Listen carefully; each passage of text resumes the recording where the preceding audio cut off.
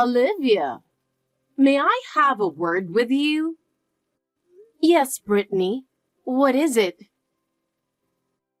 You need to be more considerate of those around you. Huh? What do you mean all of a sudden? I mean exactly what I said. I guess you don't realize how bad you are at housework. You see what I'm saying? I'm sorry. Because you don't do your part, poor Paul has to suffer. I'm sorry. I thought I was doing my best. Oh my! Paul has never praised you, has he? Well, that's all your fault too. The reason he doesn't defend you. I don't think that's true. I believe Paul appreciates me even if he doesn't say it. What? How presumptuous! You're just not trying hard enough. You need to get it together. Right. I really feel sorry for my son.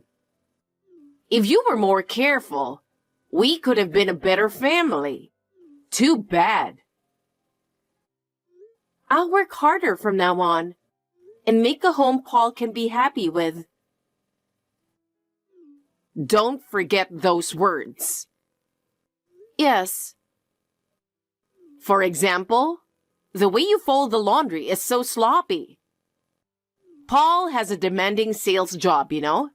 Have you ever thought about that? You're right. I'll be more careful. And when he gets home from work, the house should be a relaxing environment, don't you think? With your cooking too, you need to put in more effort for balanced nutrition. At the very least, you should master his favorite dishes. That's a wife's duty. I understand. Also, socialize with the relatives more often. As part of this family, it's expected. I don't know if you're shy or what, but you are not a child. You're right. I'm sorry. It seems like the neighbors don't have a good impression of us either. Even them? You really need to be more self-aware and put in the effort. Yes. Olivia, are you truly remorseful with that attitude?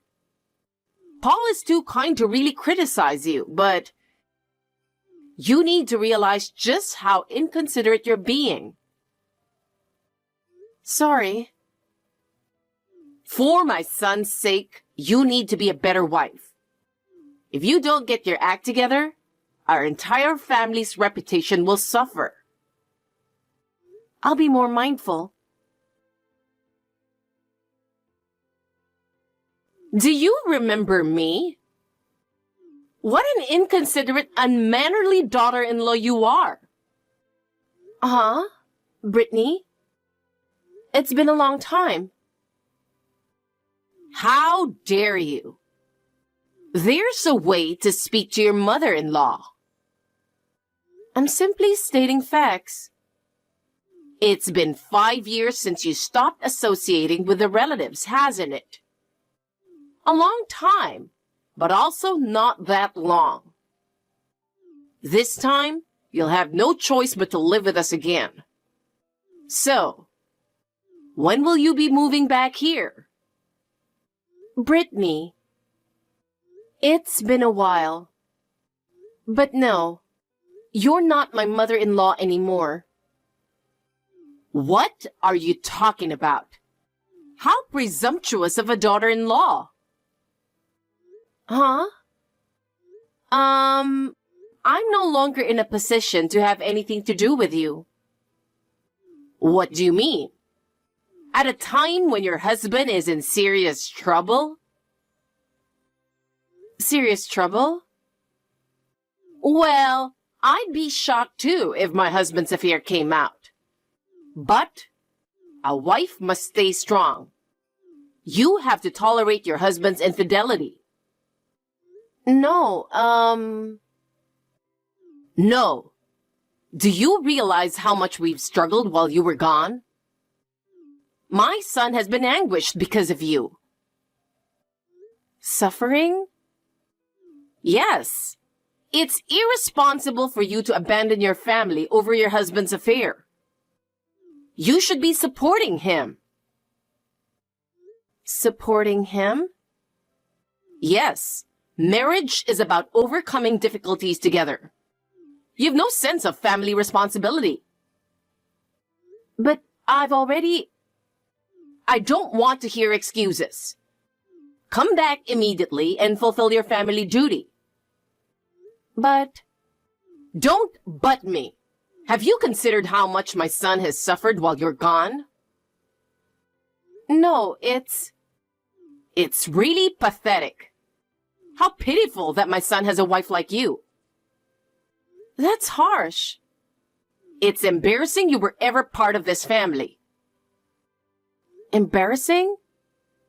Yes, be more self-aware. Understood. But, Brittany, Let me say it again. You need to come back and support my son. That's your duty. That's enough. Yes, you have that responsibility. You need to move in now. It's your duty as a family. Responsibility? That's right. But, Brittany, we've already divorced. Divorced? I don't believe that. It's been 5 years. What? My son never told me. We've gone our separate ways. You are still responsible for him. But I am no longer in a position to be involved. Of course you are. You were family. But I have a new life now. A new life? That's irrelevant. I'm sorry, but I can't discuss this further. How pitiful that my son has a wife like you deserting him. You see, Paul and I are already divorced. I understand wanting a divorce, but that's no good. Even if you say no, we don't have feelings for each other. I don't think I want to get back together too. You're abandoning Paul? Abandon? Divorcing now would ruin your reputation too, you know. Excuse me? My son is in a wheelchair because of the accident. And as a wife, you are going to take care of him. Huh? That's what married couples do. Wait, you said he is in a wheelchair from an accident? This is the first time I'm hearing of it. Huh? Oh, so that's it. He came back home alone so he wouldn't worry you. No, What a kind boy. To think of others even badly disabled himself, yet you, his wife, never even visited him in the hospital. You cold-blooded person. Heartless wretch. We've gone our separate ways. I think we should respect his new life. I won't accept that. You're just running away. I'm not running. I don't want excuses. If you abandon him, I won't forgive you. It's not about forgiving. We're no longer involved. You were part of this family. Please, let me explain fully. There seems to be some misunderstanding and missing information. Misunderstanding? Missing information? What is it? First of all, the affair you mentioned was over 5 years ago, when Paul and I divorced. Huh? It's not that you don't want a divorce. It had already happened years ago. Yes, that's right. After our divorce, I heard he remarried the woman he had the affair with. I beg your pardon? So I haven't seen or heard about him in 5 years. Until speaking with you now about his wheelchair situation, which is very unfortunate. But given that background, Paul and I are already separate people, living different lives. I don't think he would want me caring for him now. I haven't heard any of that. It seems so, but it's the truth. No, you're lying. Huh? 5 years ago was around when you cut off all ties with Paul's family. After that, he only came to family events by himself. Exactly, because we had divorced. Shut up! You're just making up obvious lies because you don't want to care for your wheelchair-bound husband. I'm not lying. You can check our records. Like, I'll waste my time believing a lying wife? Yeah. Anyway, you need to move back here and live with us immediately. Of course, you'll keep working since he can't for a while. We'll rely on you to support us. And we'll need to renovate the house to be wheelchair accessible. All those costs will be on you. This is all ridiculous. How dare you abandon my son when he needs you? Please confirm the truth with him. Even if you don't believe me, I'm only stating facts. Excuse me. Where are you going? This conversation isn't over. I won't continue this pointless discussion any further. Pointless?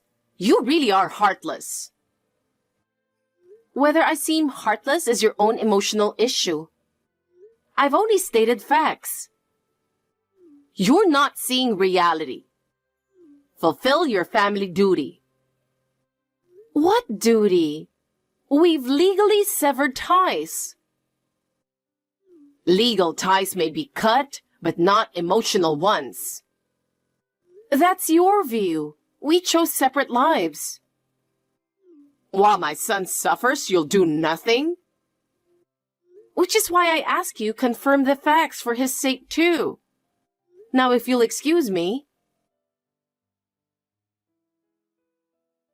Olivia, I need to ask you something. What about your job? You need to work steadily or you'll struggle financially going forward. Huh? What do you mean? Always playing dumb. You quit your job, didn't you? Just last month, they said. What? Did you contact my workplace? I went there in person.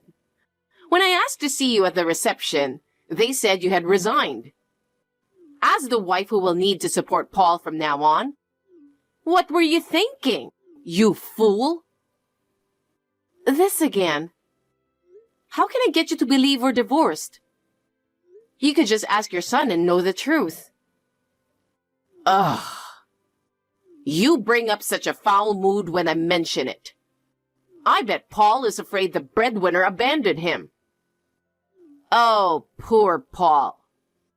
That's why you need to come live with us immediately. And I can't believe you just quit your job. By the way, I heard you contacted my parents. They gave you the same answer as I did, but you didn't believe them. Instead, you yelled at them. Enough blabbering. Start preparing to move in and find a new job immediately. As the ex-wife, you'll care for our wheelchair-bound son for life. Not like you could remarry anyway. My remarriage prospects are none of your business. My life is mine to decide. I feel even more sorry for my son.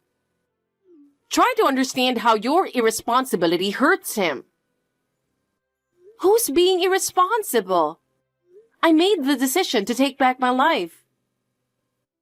That doesn't mean abandoning the family. Our bond as a family should be mutually respected. I have continued to respect it, but that respect was not reciprocated. I can't believe this. Let me explain. I quit my job to follow my new husband's career relocation. What? New husband? Paul hasn't relocated. He had to quit after the accident. That's not what I meant. I mean, I've remarried. Huh? Remarried? Yes. My current husband is in a job that requires frequent relocating over the next decade or so. So I chose to work remotely. Understand? What the hell? So, you're the one who cheated? I'll sue you for damages. Be prepared. You know, Brittany, I met my new husband through matchmaking a year after divorcing Paul. So how does that make sense? You're just telling convenient lies. A divorce now would clearly mean abandoning your wheelchair-bound husband. When did the accident happen? 6 months ago. Our divorce was 5 years before that, so I have zero reason to be involved now, right? Of course not. When he got into the accident, he said his wife caught him cheating, so he fled with a mistress by car, driving too fast and crashing. Actually, I didn't witness any affair. I hired a private investigator to uncover his cheating. What? If you want, I can show you the investigation report from that time. Wait. So what was Paul talking about? Well, could he have cheated again after remarrying? Huh? He might be talking about his current wife. Wait, what? Anyway, you have to clarify everything with Paul. If you keep harassing me, I'll explore legal options. Excuse me. Just a moment. This isn't over. The conclusion won't change. Paul wouldn't do such a thing. You're mistaken. Then you should check with him yourself. Our issues are settled. I can't believe my son cheated again. Whether you believe it depends on his actions. So look into what he did properly. It's hard to take your word for it. Review the investigation report. It shows the truth. To avoid further misunderstanding, I'll excuse myself now. I'm sorry to keep messaging you, but I really need to discuss something with you. I'll be brief. Can you spare some time? I don't have anything to talk with you. I understand if you feel our discussions are over, but please hear me out. What is it? Paul finally told me everything. I see. So you understand now that what I've been saying is the truth? Yes, I suppose so. He didn't want me to know that his affair caused your divorce.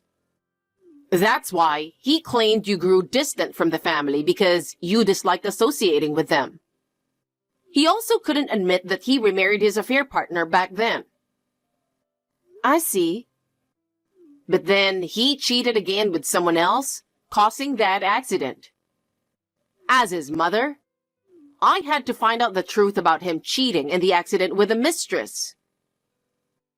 I understand. Now that you do, that's all I needed. Now, if you'll excuse me. Wait. This is the main point. What is it? Would you consider reconciling with Paul? What? You said you work remotely now, meaning you're always home. You are in the perfect environment to take care of him. You loved each other once, and your current marriage was arranged. So ending it may be easier than a love match. His affair partner is out of the picture too. You and Paul could start over again. Who are you to say that? What? First of all, It was your constant nagging as a mother-in-law that first made me consider divorce. Me? Not just in person.